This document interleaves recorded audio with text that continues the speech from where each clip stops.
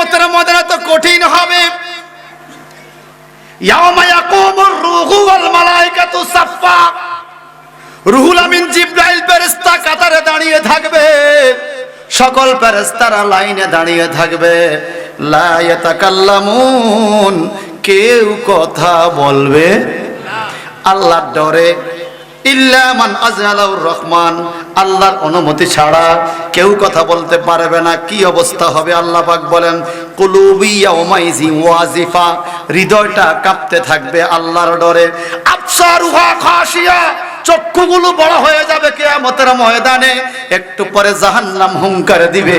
আল্লাহ পাক বলেন, ইন্না জাহান্নামা কানাত মিরসাদা লিত্তাগিনা মাআবাল লাবিসিনা ফিহা আহকাবা লা ইয়াযুকুনা ফিহা বারদান ওয়ালা শারাবা ইল্লা হামিমান ওয়া গাসসাকা।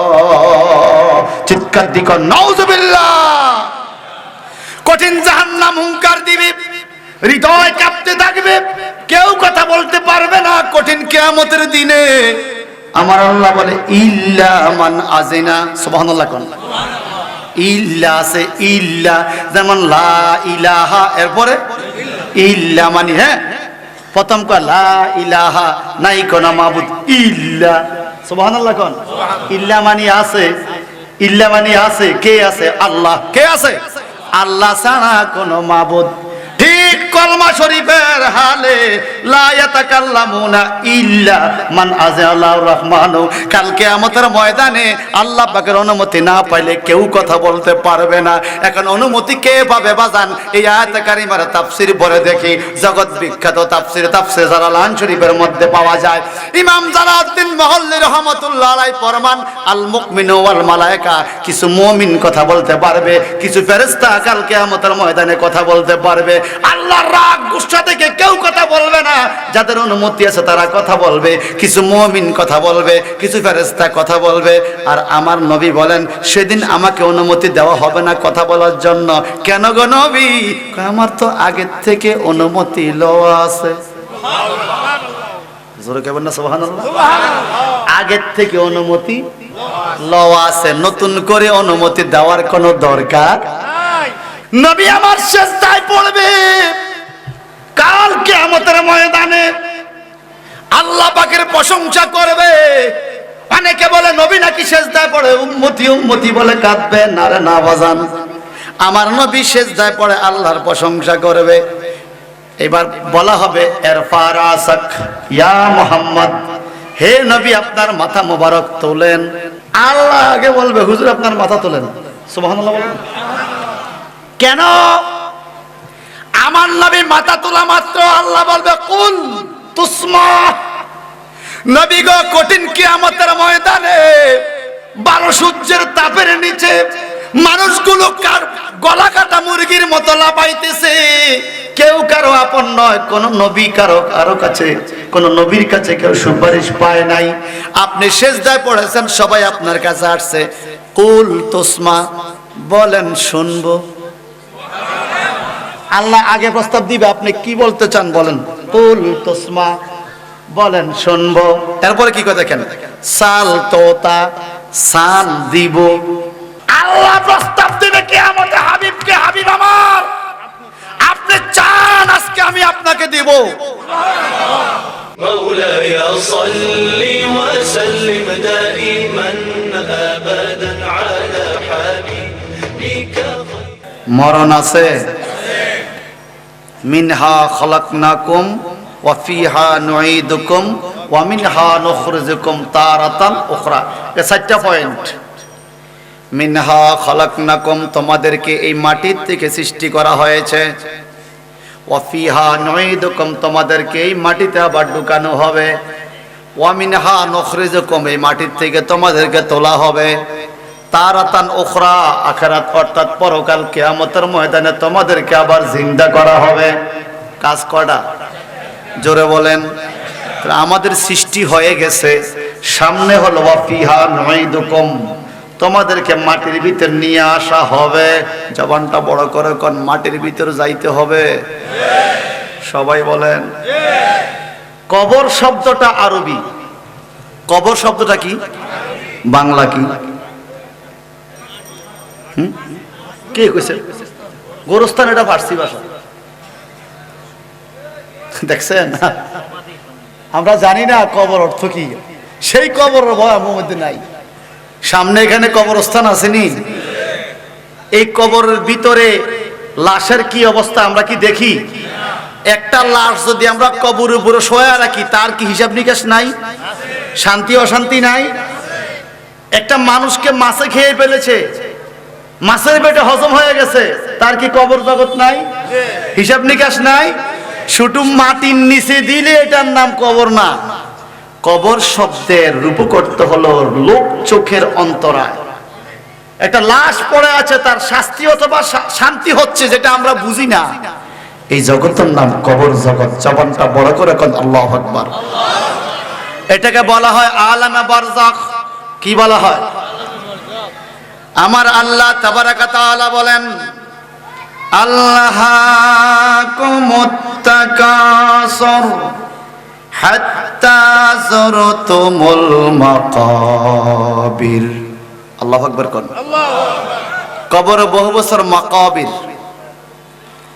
আল্লাহাকুমুত তাকাসুর, তোমরা বেশি বেশি পাইয়া, আমার 10খানি সম্পদ আছে, আমার 10টা ছেলে আছে, আমার ব্যাংক ব্যালেন্স আছে, আমার ক্ষমতা আছে, পাওয়ার আছে, শারীরিক শক্তি আছে, এরকম পাইয়া দুনিয়া দুনিয়া বলে কত আর চিল্লাইবারে। হাত্তা যুরতুমুল মাকাবির, কবরে যাওয়া পর্যন্ত তুমি শুধু চিল্লাইতেই থাকবা আমার আমার কইয়া। কবরে আয়ো, কবরের ভিতরে তোমার আপন বলতে কিছু থাকবে ঠিক কি না কোন? ভাইজান আমার আল্লাহ তাবারাকা তাআলা বলেন, এ জগতের মানুষ, কবর এমন একটা জায়গা যেখানে তোমার পূর্বপুরুষ চলে গেছে, তুমি যাবে, তোমার পরবর্তী যারা আছে তারাও যাবে, ঠিক কি না? এখানে কবরস্থান আসেনি? অনেকে মনে করে কি আমি আরো 10 বছর বাঁচবো, আমি আরো 20 বছর বাঁচবো। অনেক যুবক মনে করে আমি আরো 50 বছর বাঁচবো, তারপরে নামাজ পড়বো। ওই খাড়ুলের বন্ধুরা, জবান খুলে বলতে হবে, আজকে এই মুহূর্তে আমরা যারা বসে আছি, সকালের সূর্যের আলো দেখার কোনো গ্যারান্টি কি আছে? কারো কাছে থাকলে আমারও বললেন, আপনাকে 5 টাকা দিব। আছে? গ্যারান্টি আছে? আছে? তোমার গনার দিন পুরাইয়া যাবে, যৌবনে লাগবে বাটি। তোমার গহনার দিন পুরাইয়া যাবে, যৌবনে লাগবে ভাটি। ওই যে দেখো ডাকিতেছে তোমায় কবরের মাটি, ওই যে দেখো ডাকিতেছে তোমায় কবরের মাটি। তোমার গনার দিন পোরাইয়া যাবে, যৌবনে লাগবে বাটি। এই বুড়াগা যৌবনে বাটি লাগছে কিনা বলেন? তোমার গহনার দিন পোরাইয়া যাবে, যৌবনে লাগবে বাটি। ওই যে দেখো ডাকিতেছে তোমায় কবরের মাটি। চিৎকার দেখুন আল্লাহু আকবার। সব এখন আল্লাহু আকবার। সন্ধ্যার আগে যেদিন ডুবিবে বেলা, এক পলকে ভেঙে যাবে তোমার রঙের মেলা। সন্ধ্যার আগে যেদিন ডুবিবে বেলা, এক পলকে ভেঙে যাবে তোমার রঙের মেলা। কারে দিবা তুমি জোরে দম,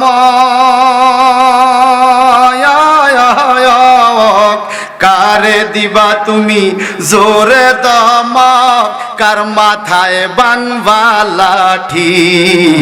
ওই যে দেখো ডাকিতেছে তোমায় কবরের মাটি।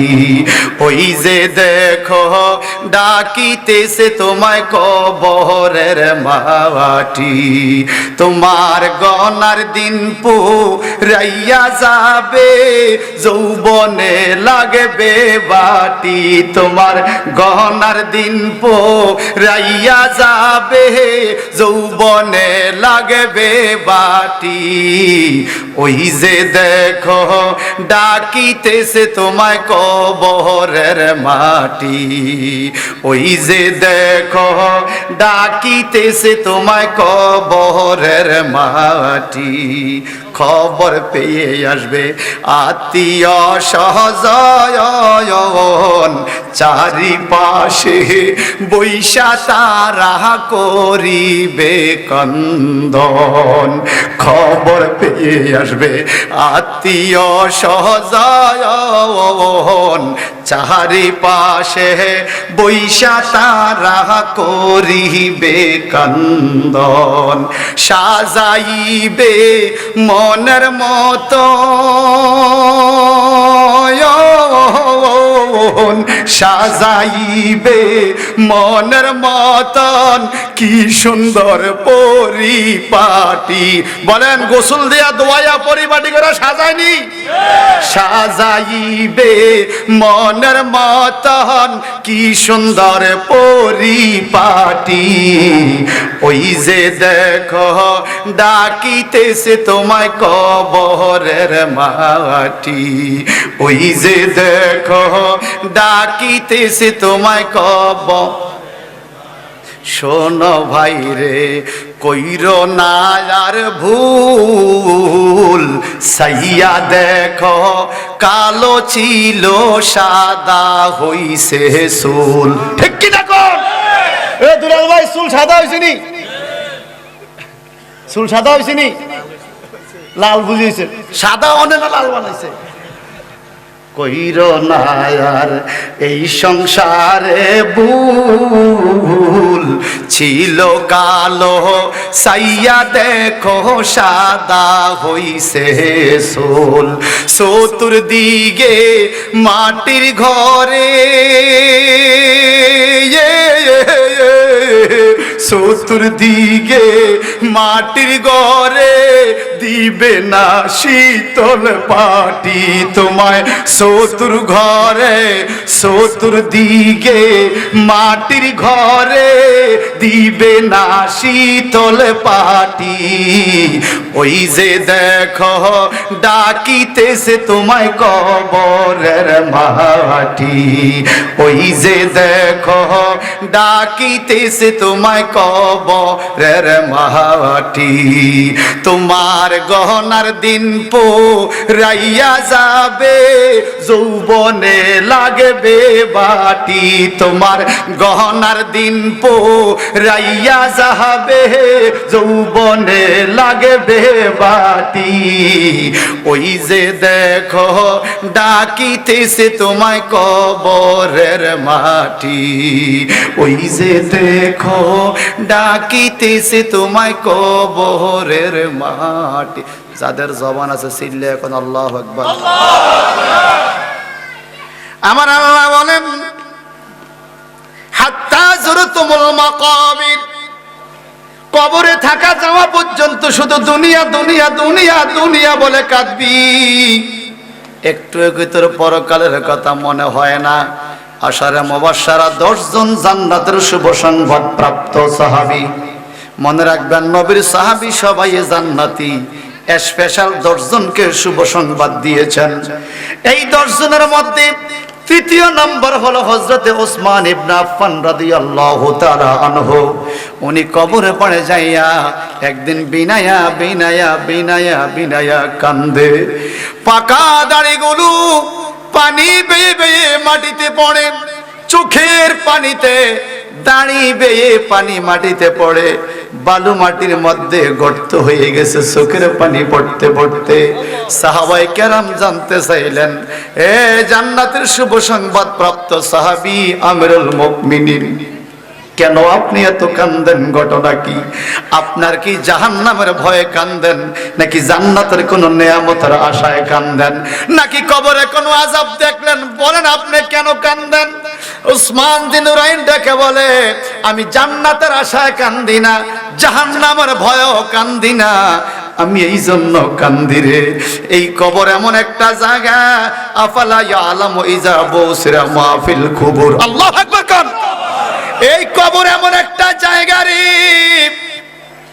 এই জায়গা সম্বন্ধে নবীজি বলেছেন, আউয়ালু মানজিলু মিন মানাজিল আখিরাহ, পরকালে জান্নাত পর্যন্ত পৌঁছার জন্য যতগুলো স্টেশন, প্রথম স্টেশনের নাম হইল কবর।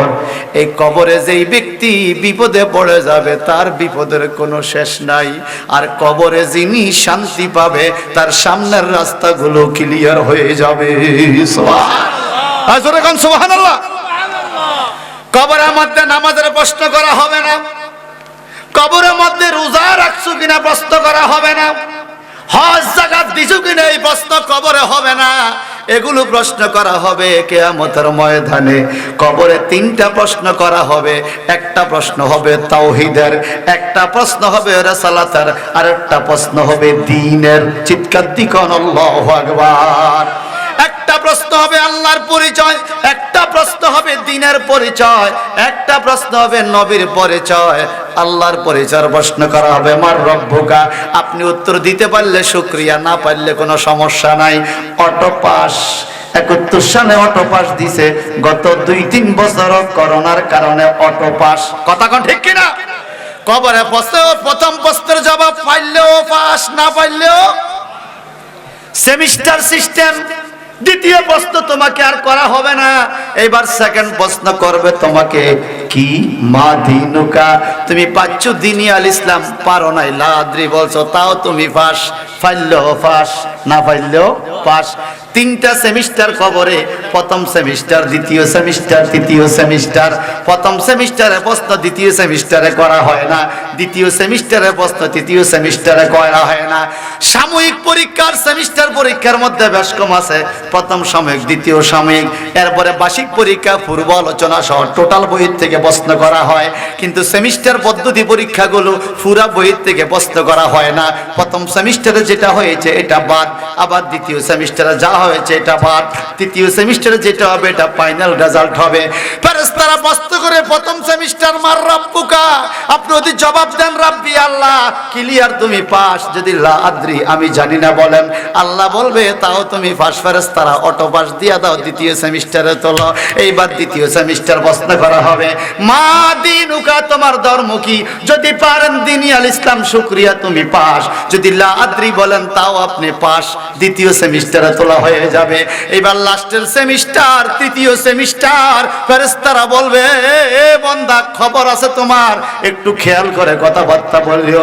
প্রথম সেমিস্টার অটো পাস পাইছো, দ্বিতীয় সেমিস্টার অটো পাস পাইছো, তৃতীয় সেমিস্টার লাস্ট প্রশ্ন তোমাকে এখন করা হবে পরীক্ষায়, কবরের পরীক্ষায়। 2টা পরীক্ষা তোমাকে প্রমোশন দেওয়া হয়েছে, এইবার কিন্তু আর তোমার প্রমোশন নাই। এই পরীক্ষাটা যদি টিকো তুমি জান্নাতি, না টিকলে তুমি জাহান্নামী। একটু জবান খুলে বলেন, আমরা পরীক্ষা পাস করতে চাই কি চাই না? আওয়াজ দিয়ে বলেন। ওই পরীক্ষা পাস করতে হলে সাজেশন ফলো করতে হবে। কিসের সাজেশন? আপনারা মনে করেন শিক্ষা প্রতিষ্ঠানে সাজেশন আছে, আর কোনো সাজেশন বুঝি নাই। পীর মাশায়েখরা আমাদেরকে সাজেশন দিয়েছে, আউলিয়া কেরাম আমাদেরকে সাজেশন দিয়েছে। এই সাজেশনগুলোর মধ্যে মা বাবা সন্তানকে কিছু নসিহত করবে, কিছু সাজেশন দিবে। এর মধ্যে মা বাবা সন্তানদেরকে যেই নসিহত দিবে, এর মধ্যে 1 নম্বর একটা নসিহত থাকবে, সন্তানের কাছে হুব্বে মুস্তাফার পরিচয় তুলে ধরা, ইজ্জতে মুস্তাফার পরিচয় তুলে ধরা, ফজলে মুস্তাফার পরিচয় তুলে দেওয়া।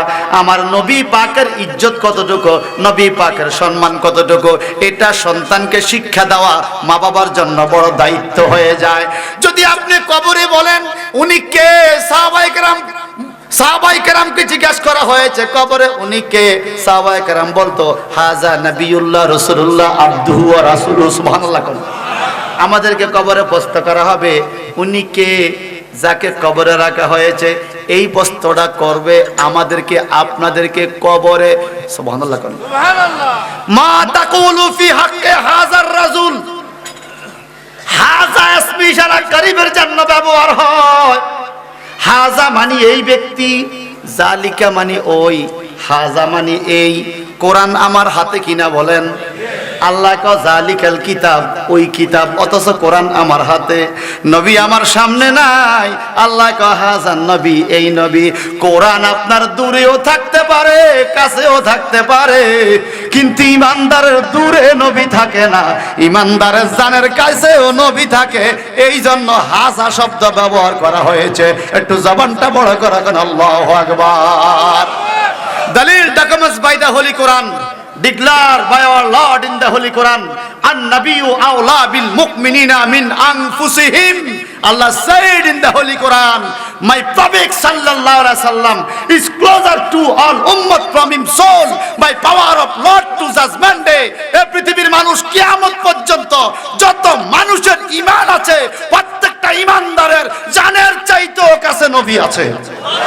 নারে তাকবীর, আল্লাহু আকবার। নারে রিসালাত, নারে গাউসিয়া, আহলে সুন্নাত ওয়াল জামাত, মুফতি আবুল হাশেম শামিয়াজি সাহেব। শোনেন, নবী ইমানদারের জানের চাইতে কাছে আছে কিনা বলেন?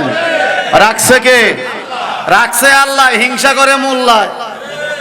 রাখছে আল্লাহ, হিংসা করে কামাইবো তারে কবরে গেলে বললায়। তাই কথা বলেন, ঠিক কিনা বলেন? আল্লাহ কো তোমার জানের চাইতে কাছে। এইবার শরহে জাবা কিতাবের মুসান্নাফ বলেন লিয়ান্নাহু সাল্লাল্লাহু আলাইহি ওয়াসাল্লাম হাজরাতুন ফি বুয়ুতি আহলিল ইসলাম। মারহাবা কোন must be our Prophet sallallahu alaihi wasallam is present in house of all Muslims by power of Allah. আল্লাহ প্রদত্ত ক্ষমতা বলে সমস্ত মুসলমানদের ঘরেও নবী হাজির। এইজন্য মুসলমান খালি ঘরও খালি না, ইমানদারের খালি ঘরও খালি না। কোন মানুষ যদি খালি ঘরে ঢুকে ইমানদারের ঘরে, হাদিস শরীফ বলো আমার নবীকে সালাম দিয়া ঢুকো, কারণ ইমানদারের ঘরে তুমি নাই কিন্তু তোমার নবী আছে।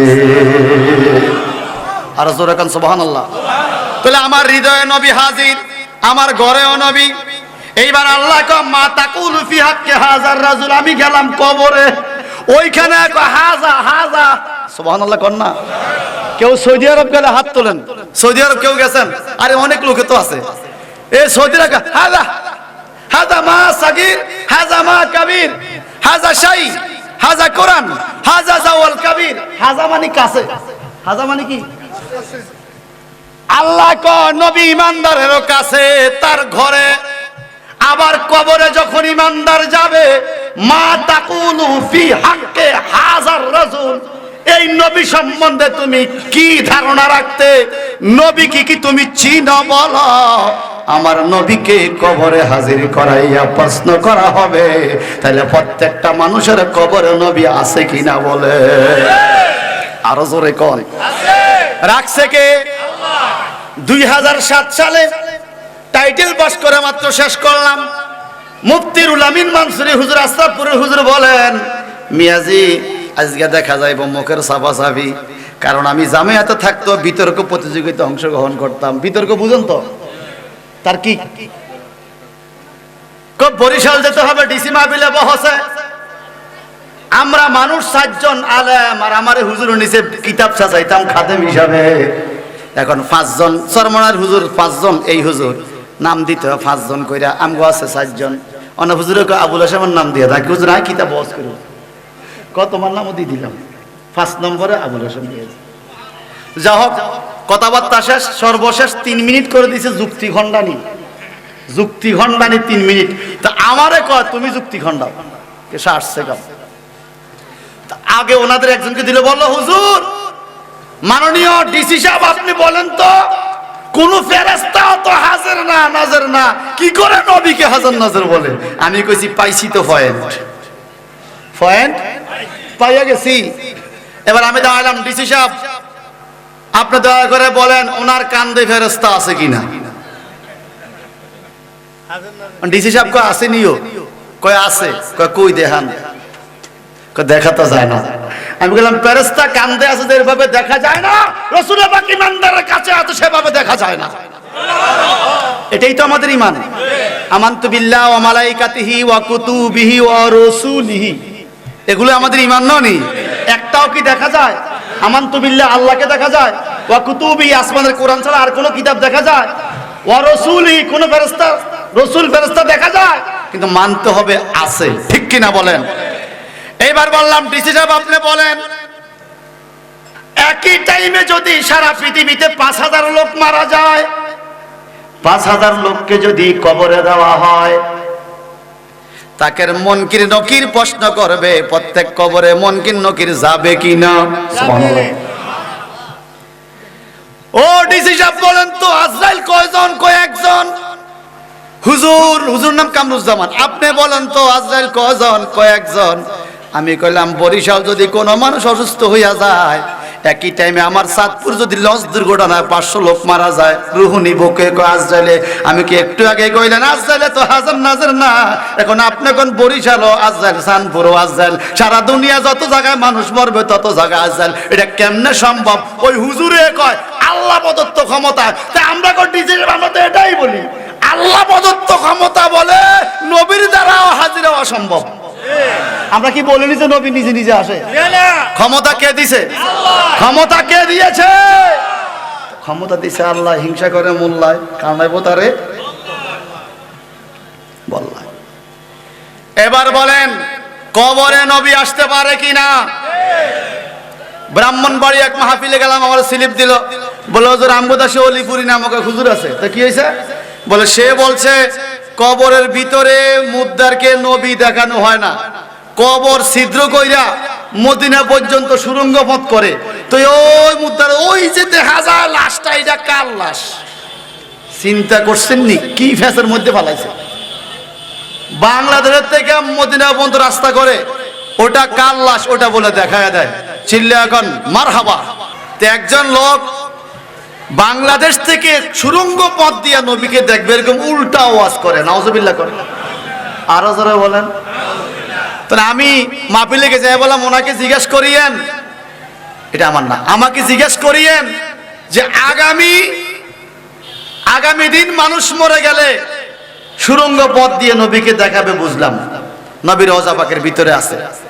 ওনাকে জিজ্ঞেস করেন তো নবী যখন দুনিয়াতে ছিল তখনও তো মুর্দার কবরে গেছে, ওটা কয় না? ওদের ভিডিও বলে আলীর কবর, এটা দাদি বুড়িদের কথা, কথা কোন ঠিক কিনা? তো নাতিতে বাসি পরে সালাক, নাতি কো দাদি আলীর দেবতান মরার পরে না কবর এটা হইছে, উনি মরার আগেও যে ওদের ভিডিও মুছা ছিল এটা কি দাদার কবর নেই? কথা বুঝেন না? মানে দাদির একটা গোল খাওয়াইয়া দিল, আলী মরার পরে কবর হইছে, আগে তো কবর নেই, আগে কেন উঠছিল?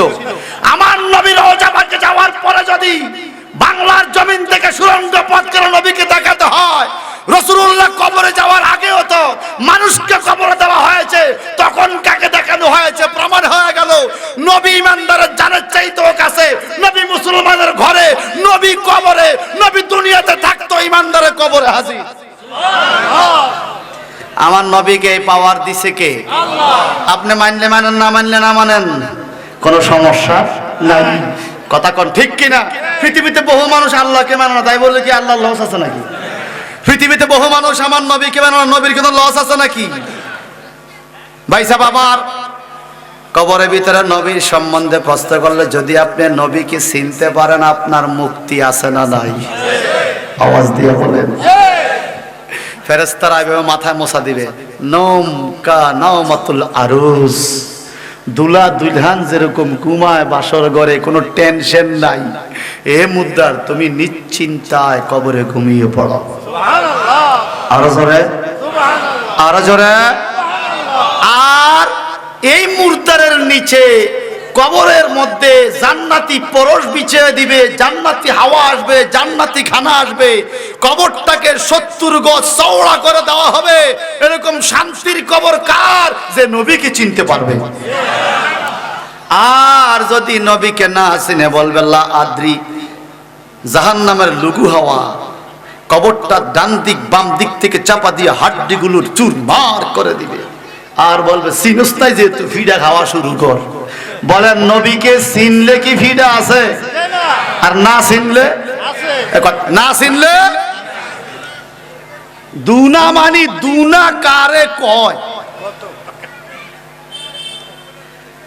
এইবার আসেন বাজান, আমারে বলছে হাসর সম্বন্ধে কইতাম, একটু কই। আমার আল্লাহ পাক বলেন ইজা জুলজিলাতুল আরদু জিলজালাহা, এই দুনিয়া যখন ভূমিকম্প হবে, ভূমিকম্প, আল্লাহু আকবার কোন, ওয়া আখরাজাতিল আরদু আসকালাহা, যখন ভূমিকম্প হবে এই জমিনের ভিতরে যা কিছু আছে সব কিছু জমিন বের করে দিবে, পৃথিবীটা কাঁপতে থাকবে। ওয়াকালাল ইনসানু মা লাহা, মানুষগুলো বলবে কি হইল দুনিয়ার, দুনিয়া এরকম কাঁপে কেন, দুনিয়া এরকম কাঁপে কেন, দুনিয়ার কি হলো, দুনিয়ার কি হলো, এত কাঁপে কেন? আমার আল্লাহ তাবারাকা তাআলা বলেন ইয়াওমা ইয়াফিরুল মারউ মিন আখিহি ওয়া উম্মিহি ওয়া আবিহি ওয়া সাহিবাতিহি ওয়া বানি। চিৎকার দিকন আল্লাহু আকবার। কঠিন কিয়ামতের দিন ইয়াওমা ইয়াফিরুল মারউ মিন আখিহি, নিজের ভাই ভাইকে দেখে নাসিনার বান্দরে অন্যদিকে চলে যাবে। ওয়া উম্মিহি, মা কত আপন পৃথিবীতে, নিজে না খাইয়া মা সন্তানকে খাওয়ায়, নিজে না পড়া মা সন্তানকে পড়ায়, নিজে কষ্ট পাইয়া মা সন্তানকে সুখ দেয়। কথা কোন ঠিক কিনা?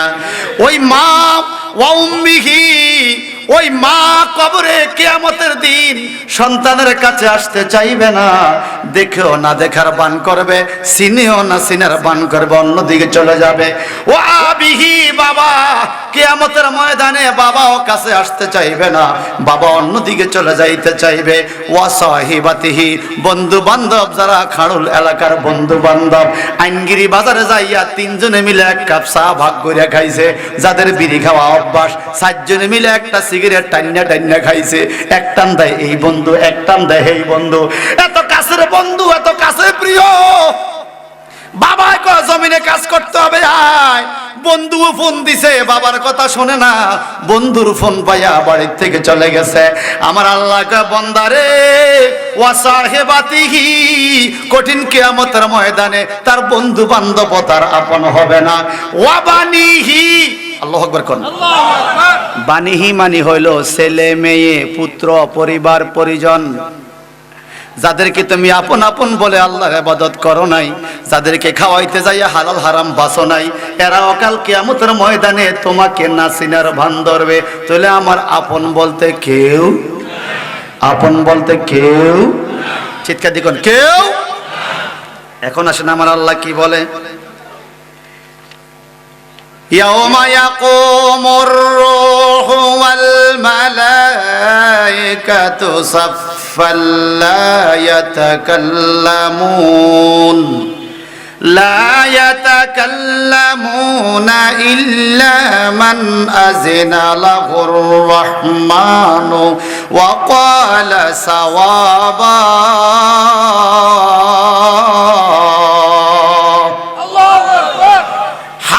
কিয়ামতের ময়দানে তো কঠিন হবে।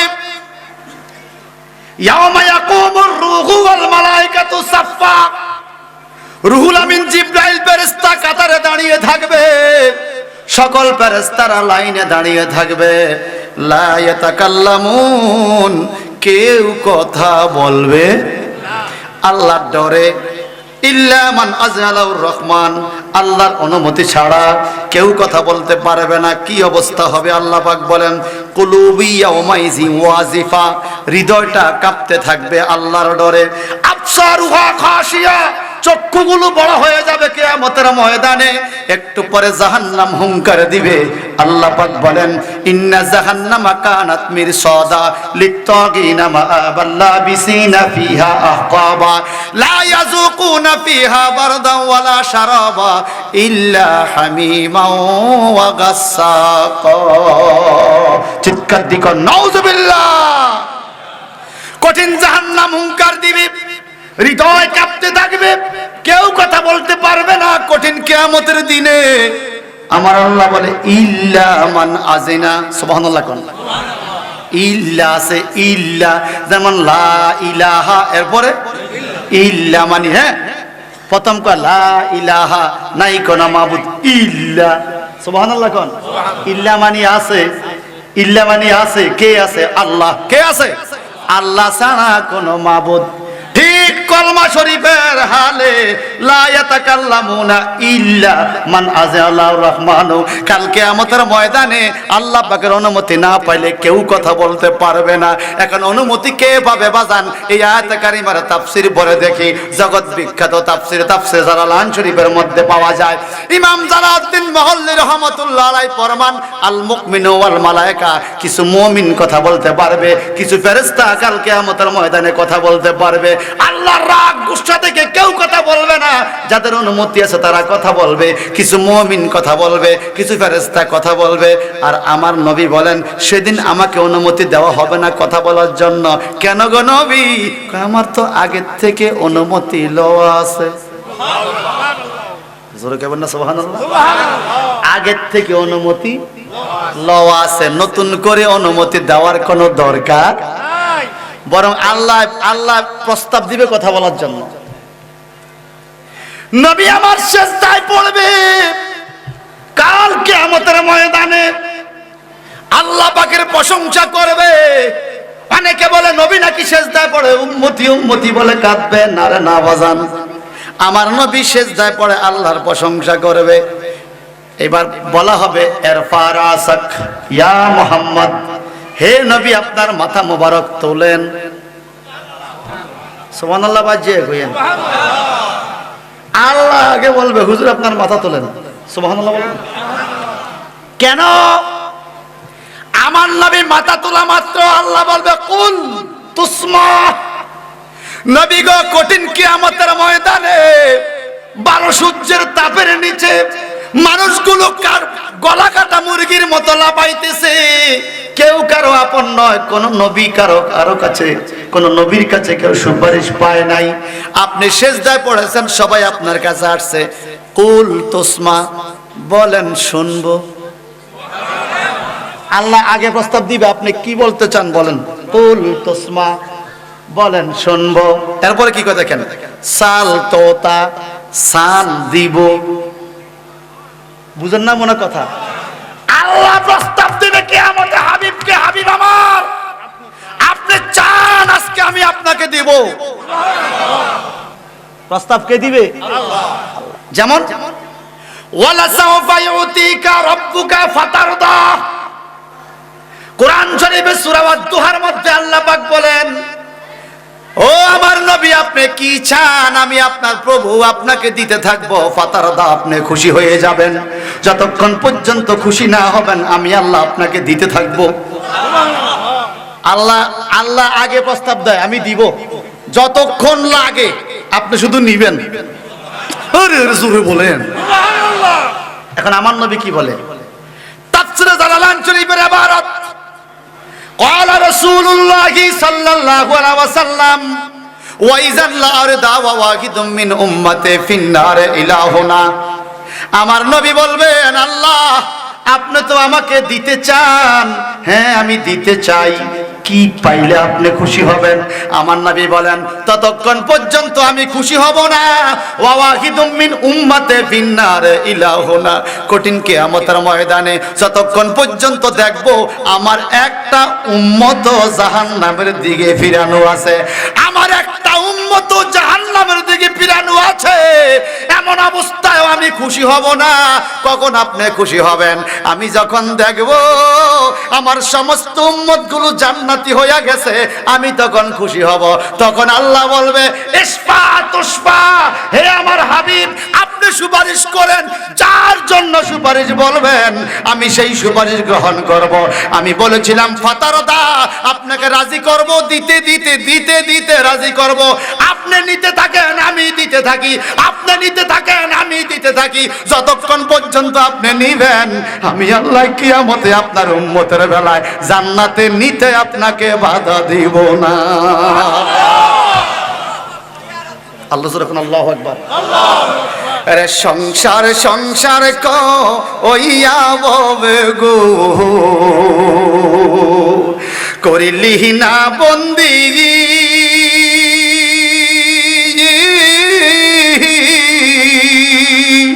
কিভাবে কাটাইবি মনরে কবরের জিন্দিগি রে ওরে জীবন গুনায় গুনায় গেল রে বলেন ওরে জীবন। প্রতিদিন আমাদের গুনাহ হয় কি হয় না? প্রতিদিন আমাদের গুনাহ হয় কি হয় না? রে ছেলে মেয়ের জালায় পয়রা গো ডাকলাম না মাওলা রে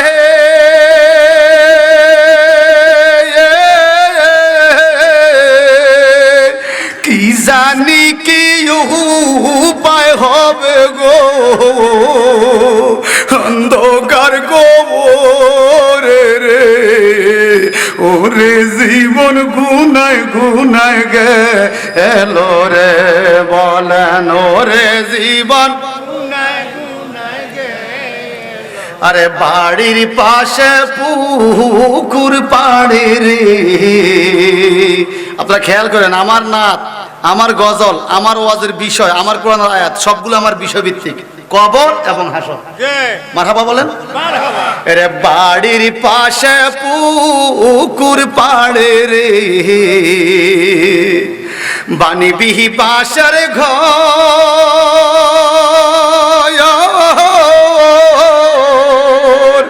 বায়ো নাই তোর বান্ধব নাই রে কে লইবে খবর রে কবরের খবর নেওয়ার মতো ভাই বান্ধব কেউ আছে? আরে ভাই নাই তোর বান্ধব নাই রে কে লইবে খবর রে ওরে জীবন গোনায় গোনায় গেল রে বলেন ওরে সংসার সংসার ওইয়া ববে গো যত চুরি দাড়ি ডাকাতি সুদ খাওয়া ঘুষ খাওয়া সংসারের লাই কথা কয় না। ঠিক মতো নামাজ পড়তে পারলাম না সংসারের লাই ঠিক মতো রোজা রাখতে পারলাম না সংসারের লাই সংসার চালাইতে যাইয়া সংসারের দায়িত্ব পালন করতে যাইয়া আল্লাহ যে দায়িত্ব দিছে ওটা বাদ দিয়ে দিছি সংসারের লাই কথা কন ঠিক কিনা বলেন? কিন্তু সংসার কি আমাকে সাপোর্ট দিবে কবরে? সংসার কি কবরে আমাকে সাপোর্ট দিবে? আরে কুমারী আর হাড়ি পাতিল রে ভাঙলে না লয় জুড়া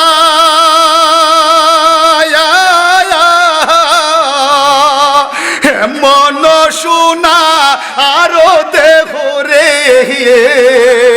কেমনে দিবি পুড়া রে এমন শোনা আরো দেহ রে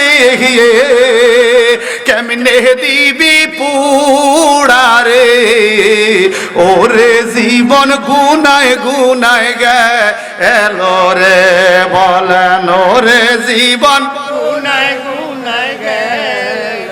আরে ওই মাসে সিনে গো ও ঘিন গঙ্গ গো পাখি সিনে ডাল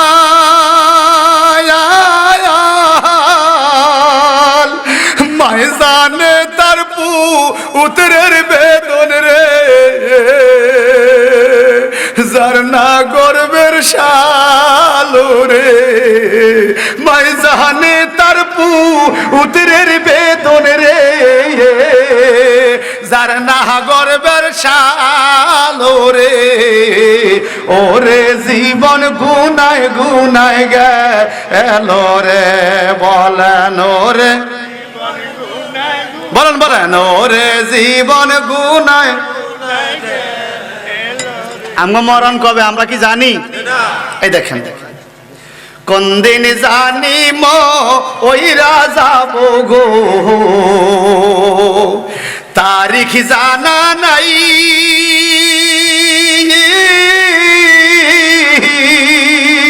মরণ কালে কিছু চাই না গো, শুধু নবীর দিদার চাই রে, মরণ কালে কিছু চাই না গো, শুধু নবীর দিদার চাই রে, ওরে জীবন গুনায় গুনায় গেল রে, আরে নিঃশ্বাসের বিশ্বাস কইরা গো, বানলাম বাড়ি গো,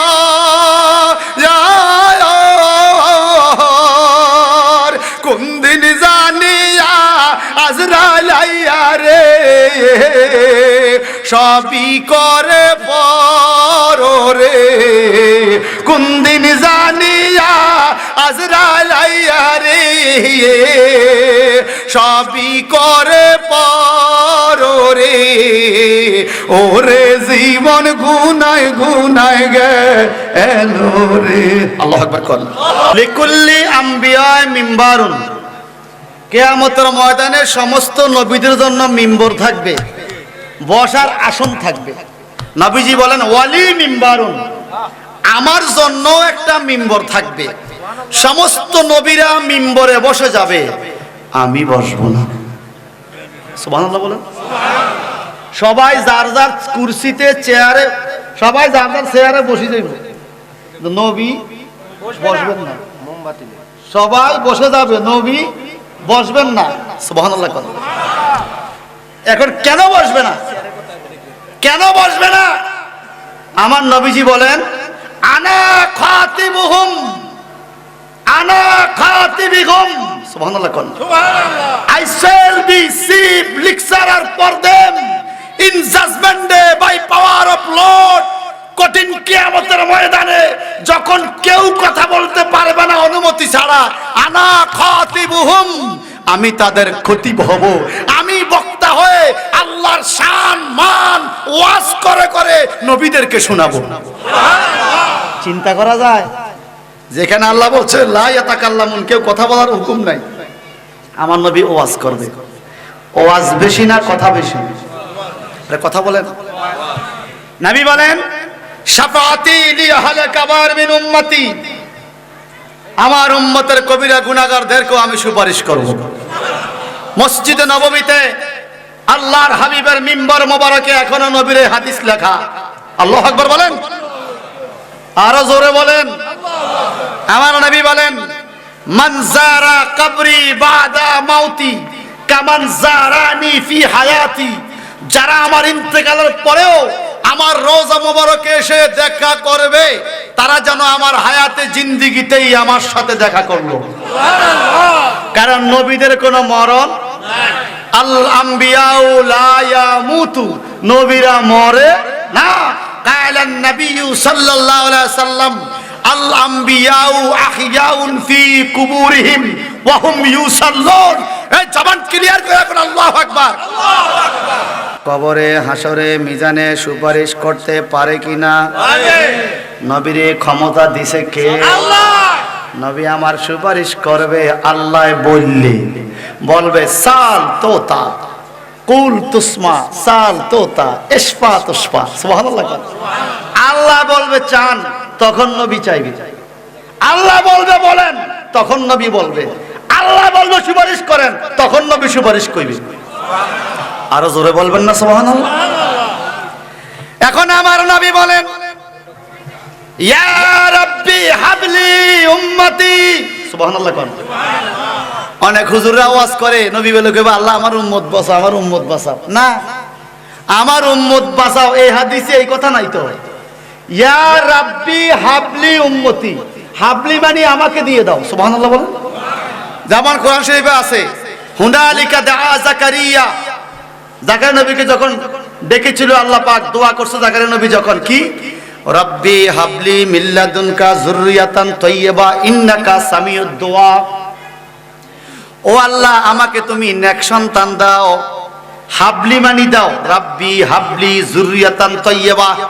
ও আল্লাহ আমাকে তুমি নেক সন্তান দাও, সুবহানাল্লাহ বলেন।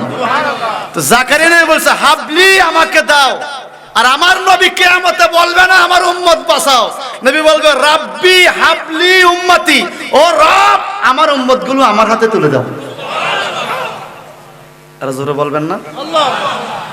এই জন্য কি হয়েছে জানেন, আমার উম্মত গুলো আমার হাতে তুলে দেওয়ার জন্য কি হয়েছে জানেন, আম্মু দাসের শিল্পী বানাইছে কি, আসনা আমার মুক্তার, আসনা আমার ব্যারিস্টার, আসেনি আসেনি, আসনা আমার মুক্তার, আসনা আমার ব্যারিস্টার, শেষ বিচারের হাইকোর্টেতে তিনি আমায় করবেন পার, আমি পাপী তিনি জামিনদার, আমি পাপী তিনি জামিনদার।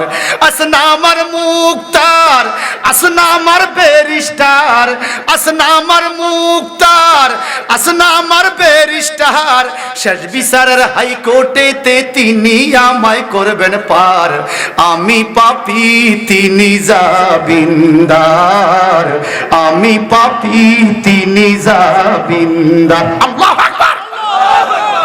আল্লাহর হাবিবের রওজা মোবারকে যারা গিয়েছেন কিয়ামতের ময়দানে নবী জামিনদার হবে, এটা রওজা পাকে এখনো স্বর্ণাক্ষরে লেখা আছে। আমার বিষয় হলো কবর আর হাসর। বাবু সালাম দিয়ে যখন রওজা মোবারকে ঢুকবেন জিয়ারত করার জন্য, বাবুল বকি দিয়ে বের হবেন, বাম পাশে রাসূলুল্লাহর মিম্বার মোবারক, বাম পাশে রিয়াজুল জান্নাহ, বাম পাশে রাসূলুল্লাহর রওজা মোবারক, ডান পাশে কতগুলো নাম লেখা আছে আল্লাহর হাবিবের নাম। ওখানে একটা নাম লেখা আছে সাহেবুল উম্মত, আমার নবী উম্মতের মালিক। আর জোরে কইতেন না সাহেবুল উম্মত, নবী উম্মতের মালিক, সাহেবুল কাউসার, নবী কাউসারের মালিক, সাহেবুল মেরাজ, নবী মেরাজের মালিক, সাহেবুল ঈমান, নবী ঈমানের মালিক, সাহেবুল ইলম, নবী ইলমের মালিক, সাহেবুল ওয়াসিলা, নবী ওয়াসিলার মালিক। এরপরে লেখা আছে সাহেবুল জান্নাহ, নবী জান্নাতের মালিক। নবী জান্নাতের লেখা আছে নবীর রওজা পাকে, নবী জান্নাতের মালিক। আর জোরে বলবেন না সুবহানাল্লাহ। এরপরে কি লেখা আছে শুনেন, একদম নবীজির রওজা বরাবর যখন ডান দিকে তাকাবেন তখন লেখা আছে মিফতাহুল জান্নাহ সাল্লাল্লাহু আলাইহি সাল্লাম, আমার নবী জান্নাতের চাবি। আমরা জানি আসসালাতু মিফতাহুল জান্নাহ, নামাজ বেহেশতের চাবি, আর রওজা পাকে যায় দেখলাম নবী বেহেশতের চাবি। মিফতাহুল জান্নাহ সাল্লাল্লাহু আলাইহি সাল্লাম, নামাজ আছে, নবীর প্রেম নাই, এই চাবির কি কাঁড়া আছে নি? চাবি এটা আসানাবাদ, বহু তালা ভালো থাকে, চাবির ক্ষেত্রে তালা ভাঙ্গা যায়। কথা কোন ঠিক কিনা? বহুত নামাজি আছে কপালে 10 ইঞ্চি দাগ পালাইছে, রাসূল পাকের মহব্বত না থাকার কারণে নামাজ আছে না গেছে। শাকান্ত রসুল আল কাদরি মনে আছে নি?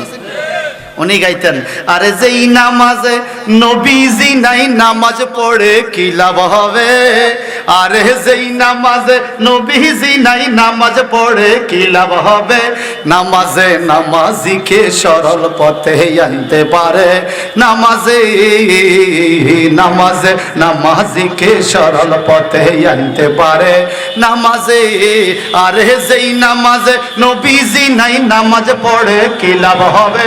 চিৎকার দিয়ে কোন মারহাবা, সবে আওয়াজ দিয়া কোন কাল কিয়ামতে নবী সুপারিশ করবে কিনা? সুপারিশের ক্ষমতা কি নবীকে কিয়ামতে দেওয়া হবে না এখন থেকে দেওয়া আছে?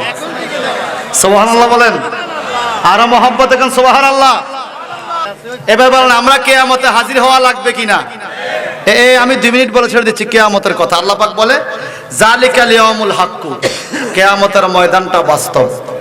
এই কথা কোন ঠিক জান লাগবনি। ফামান শাআত তাখাযা ইলা রাব্বিহি মাআবা, আল্লাহ পাক বলেন যার ইচ্ছা তার আল্লাহর কাছে আশ্রয় নেওয়ার জন্য সে যেন আশ্রয় নেয়।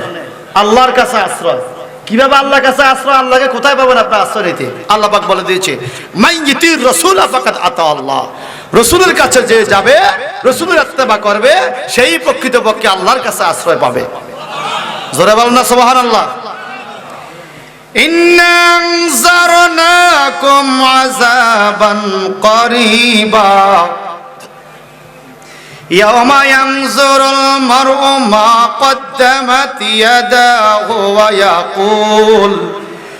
ইয়াকুলুল কাফিরু ইয়া লাইতানি কুনতু তুরাবা। আল্লাহু আকবার। 2 মিনিট শুধু এই কথা বলে ছাড়ি। ইন্না আনজালনাকুম আযাবান কারীবা ইয়াওমা ইয়ানজুরুল মারউ মা কদ্দামাত ইয়াদাহু ওয়া ইয়াকুলুল কাফিরু ইয়া লাইতানি কুনতু তুরাবা।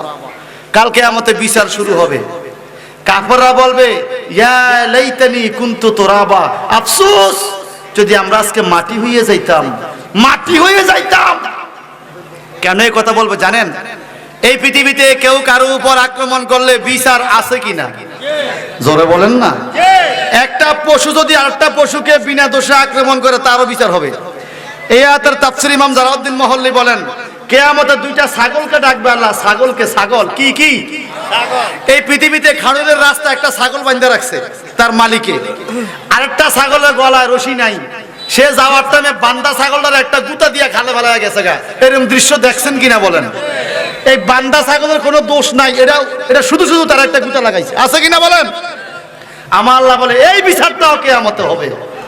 2টা ছাগলকে ডাক দিবে, তোমার অপরাধ কি? বলে আমার কোনো অপরাধ নাই, সে আমারে গুতা দিছে বিনা কারণে। বলো কেন দিছ? বলে আল্লাহ আমি তো বুঝি নাই, মনে করছি আমার পথে খাড়া রয়েছে, আল্লাহ দিছি একটা। আমি তো সেরকম আছে না, এক হুজুরও ওয়াজ করে, সাইবি হুজুরও ওয়াজ করে, আমি মিয়াজি যদি কোন রকম ওনারে এলাকা থেকে বাদ দিতে পারি তো ভাইয়া গেছি। এরকম আছে কিনা কোন? মনে রাখবেন এগুলো ভালো না। ছাগল যদি ছাগলের বিরুদ্ধে করে তার বিচার কিয়ামতে হবে, মানুষের বিরুদ্ধে করলে বিচার হবে কিনা বলেন? এবার এই ছাগলটারে বলবে ঠিক আছে তোমার বিচার এখন করে দিচ্ছি। কি? দুর্বল ছাগলটাকে সবল করা হবে, আর যেটা গুতা দিছে দুনিয়াতে তাকে দুর্বল কইরা এইবার ওই ছাগলটাকে যেমনে তোমারে দুনিয়াতে দিছে ঠিক এইভাবে পজিশন লও তুমি কিয়ামতের ময়দানে, মানুষের সামনে। মা কদ্দামাত ইয়াদাহু, মানুষের সামনেই বিচার হইতেছে। এত জোরে একটা গুতা দিব রে, কিয়ামতের দিন ওই ছাগলটা ছিটিয়ে পড়ে ভ্যা ভ্যা চিল্লাইবো। তখন আর কোন দুঃখ আছে? বলবে আল্লাহ আর কোনো বিচার নাই, আর কোনো দুঃখ নাই। তখন বলবে মাটি হয়ে যাও। 2টা ছাগল মাটি হয়ে যাবে, তাদের আর কোনো শাস্তি নাই। তখন কাফেররা এই দৃশ্য দেখে বলবে ইয়া লাইতানি কুনতু তুরাবা ওয়া ইয়াকুলুল কাফিরু ইয়া লাইতানি কুনতু তুরাবা। আফসোস আমরা মানুষ নয়, যদি ছাগল হইতাম নবী মুস্তাফারে চিন্না কবরে আইতাম, মানুষ হইয়া নবীরে চিনলাম না। যদি আজকে ছাগলের মতো মাটি হয়ে যাইতাম এই আযাব আর পাইতাম না। আফসোস। আল্লাহ বলবে দুনিয়াতে আফসোসটা করা দরকার ছিল, কবরে আফসোস করে আর কোনো লাভ হবে? এবার জবান খুলে বলেন কবরে হাসরে নবীর সাথে থাকার ইচ্ছা আছে কিনা বলেন? 2 হাত তোলেন।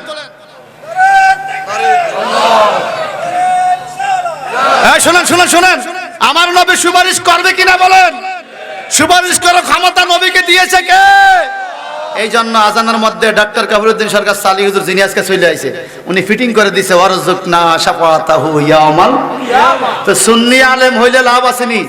এখানে যে মাদ্রাসাটা দিয়েছে যদি এখান থেকে সুন্নি আলেম হয় বরকত হবে কিনা বলেন? এলাকার উন্নয়ন হবে কিনা বলেন? এই জন্য অনুরোধ করবো শামীম ইঞ্জিনিয়ার সাহেব, ইঞ্জিনিয়ার মোহাম্মদ শামীম আলম সাহেব যে মাদ্রাসা দিয়েছেন খারুল আলেকজান বিবি হাফিজিয়া মাদ্রাসা, আপনারা মাদ্রাসার দিকে নজর রাখবেন, ছাত্র ভর্তি করাবেন। আশা করা যায় শুরুতেই যেভাবে শুরু করেছে ইনশাল্লাহ ভবিষ্যৎ আরো ভালো হবে। ভালো টিচার, ভালো কমিটি, ভালো গাইডলাইন হলে এখান থেকে ভালো ভালো আলেম, সুন্নি আলেম বের হওয়ার সম্ভাবনা আসে। আল্লাহ পাক যেন আমাদের সবাইকে কবুল করে, সকলে বলুন আমিন। ওয়া মা আলানা ইল্লাল বালাগ। আসসালামু আলাইকুম ওয়া রাহমাতুল্লাহি ওয়া বারাকাতুহু।